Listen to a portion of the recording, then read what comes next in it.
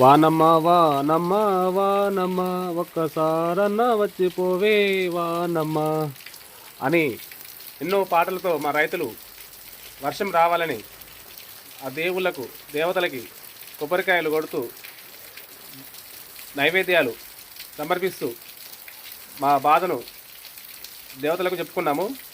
కానీ నారు పోసేటప్పుడు వర్షాలు పడలేదు, దుక్కులు దున్నేటప్పుడు వర్షాలు రాలేదు, విత్తనాలు పెట్టుకునేటప్పుడు వర్షాలు రాలేదు, నాట్లు వేసేటప్పుడు కూడా వర్షాలు రాలేదు.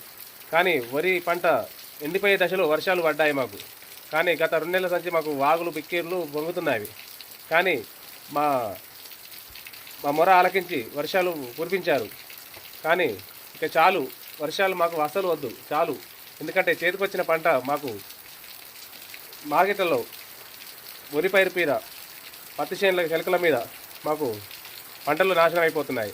ఇక చాలు, వర్షం అసలు వద్దే వద్దు మాకు. ఇంకొక సంవత్సరం తర్వాత వర్షం కురిపించు తల్లి, మాకు వర్షాలు వద్దే వద్దు. వానమ్మ వానమ్మ ఇక చాలమ్మ వర్షాలు మాకొద్దమ్మ.